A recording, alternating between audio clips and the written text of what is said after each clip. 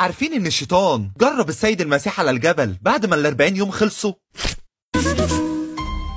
أول ما السيد المسيح تم ال30 سنة وبعد ما اتعمد بدأ ساعتها يتحرك على الجبل، وهناك صام 40 يوم و40 ليلة. وملحوظة هو إن السيد المسيح طول الفترة دي ما أكلش أي حاجة، ولكن كان بيشرب مية بس، وفضل صايم لمدة 40 يوم. وبعد الفترة دي بدأ السيد المسيح يجوع، وطول فترة صيام السيد المسيح على الجبل كان الشيطان بيراقب الوضع، وده لأن الشيطان ما كانش متأكد المسيح هو الله ولا لا. وبعد ما ال40 يوم خلصوا وبدأ السيد المسيح يجوع، هنا بدأت التجربة. وساعتها دخل الشيطان على السيد المسيح وقال له: أنا عارف إنك جعان جدا، مش أنت ابن الله؟ قول للحجارة اللي أنت شايفها دي إنها تتحول لعيش. وهنا بدأ السيد المسيح يرد عليه وقال له: ليس بالخبز وحده يحيا الإنسان، بل بكل كلمة تخرج من فم الله. وساعتها فشلت التجربة الأولى للشيطان، وبعدها خد الشيطان السيد المسيح وراح بيه على أورشليم، وتحديدا في هيكل سليمان، واللي كان في الوقت ده هو أقدس مكان في أورشليم كلها. ووقفه على جناح الهيكل وقال له: لو أنت ابن الله ارمي نفسك، لأنه مكتوب: يوصي ملائكته بك فيحملونك على أيديهم لكي لا تصدم بحجر رجلك.